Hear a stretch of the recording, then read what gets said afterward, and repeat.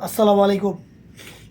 আমাদের উপদেষ্টা আসিফ মাহমুদকে নিয়ে মানে কতগুলো ভিডিও দেখলাম অথবা ছবি দেখলাম, মানে অন্য মেয়ের লোক মিলাইয়া তার গলা কাইটা অন্য ছেলেদের ইয়া দেখাইয়া মেয়ের লোক মিলাইয়া ছবি ছাড়তেছে। দেখেন, একটা মানুষ ভালো জায়গায় গেলে তার পিছনে কতজন লাগে বর্তমানে, মানে এর কেউ আমলোকের কেউ কেউ এই কাম করছে। তো সম্পূর্ণ ভিডিও দেখবেন। এটা কি অরিজিনাল না ডুপ্লিকেট, এটা সফর আহমেদ সবার সামনে খুললে বলে দিব শোনার। দেখেন সফর আহমেদ কি বলে। এটা সফর আহমেদ কিন্তু বাংলাদেশে লেগে বর্তমানে সে এডিট ভালো ভালো এডিটমেন্ট। দেখেন কি বলে শোনার। বর্তমানে উনার যে স্ক্রিনশট ভাইরাল হলো সেটা সত্য নাকি মিথ্যা, সেটা এডিট করা নাকি রিয়েল, সেটা জানার জন্য আপনারা অনেকে আমাকে মেসেজ দিচ্ছেন। কারণ বাংলাদেশে কোনো কিছু ভাইরাল হলে ভিডিও কিংবা স্ক্রিনশট ফার্স্টেই আপনাদের মাথায় আমার কথাটা থাকে যে স্বপন আহমেদ এটা সত্য নাকি মিথ্যা সেটা যাচাই করবে। তো এই বিশ্বাসটুকু যেহেতু আমার উপর আপনাদের সবসময় আছে, সেই বিশ্বাসটা রাখার চেষ্টা আমি সবসময় করি। আমি ফার্স্টেই আসিফ মাহমুদের যে স্ক্রিনশটগুলো চ্যাটিংগুলো সেইগুলো আমি যাচাই করব রিয়েল নাকি ফ্যাক্ট। তো চলেন আমরা ফার্স্টেই চলে যাব, আমি আমার মোবাইলের স্ক্রিনে চলে যাব এবং আপনাদেরকে আমি সেটা যাচাই করে দেখাবো। চলেন, আমরা এখানে দেখতে পাচ্ছি হুসাইন সাদ্দাম, মানে ছাত্রলীগের সভাপতি কিংবা কোনো কিছু একটা ছিল, আমি তেমন ভালো করে জানি না, চিনি না। তো তার সাথে আমি চ্যাটিং করলাম। দেখেন যে এখানে বললো স্বপন এটা কি তুমি এডিট করছো? আমি বলছি হ্যাঁ আমি এডিট করছি, কেমন দিলাম? অসাধারণ, কিন্তু গামছাটা আমার কাঁধে না দিলেও পারতে, সে বলতেছে। তারপর আমি বললাম আপনি বললে গামছাটা আমি এডিট করে রিমুভ করে দিব। সে বলতেছে না থাক, গামছাটা আমার সাথে ভালো মানাইছে, রিমুভ করার দরকার নাই। আমি একটা লাভ ইমোজি দিলাম। তো এখন আমি তার সাথে আরও চ্যাটিং করব। এটার জন্য আমি এখানে বলবো যে ভাই কেমন আছেন, ভাই কেমন আছেন, ভাই কেমন আছেন, এটা আমি তাকে দিলাম, সেন্ড করলাম। আমি তাকে দিলাম যে কেমন আছেন। সে এখন রিপ্লাই দিবে ভালো, তুমি কেমন আছো,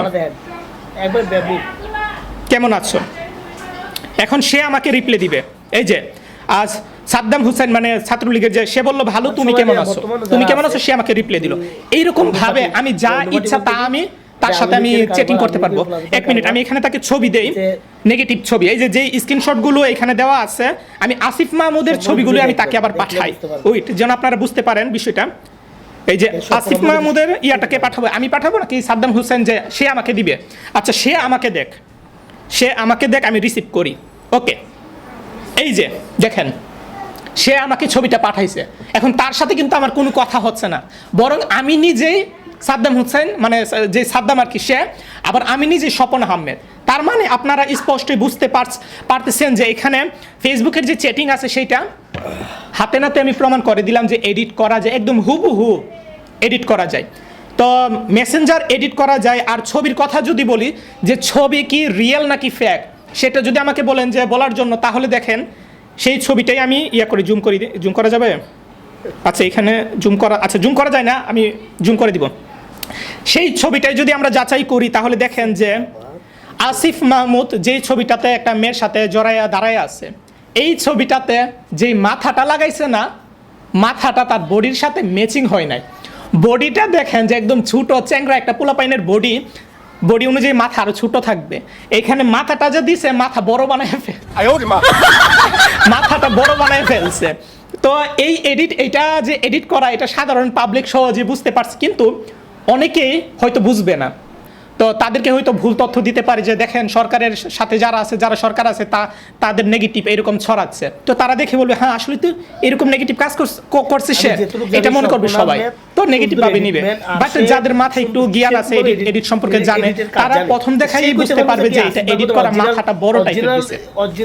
তো এখানে শুধু যে আসিফ মাহমুদ তার পক্ষে আমি কথা বলতেছি, এখানে তারটা এডিট করা সঠিক তথ্যটা আমি দিয়ে দিতেছি পাবলিকের মধ্যে, এরকম কিন্তু না।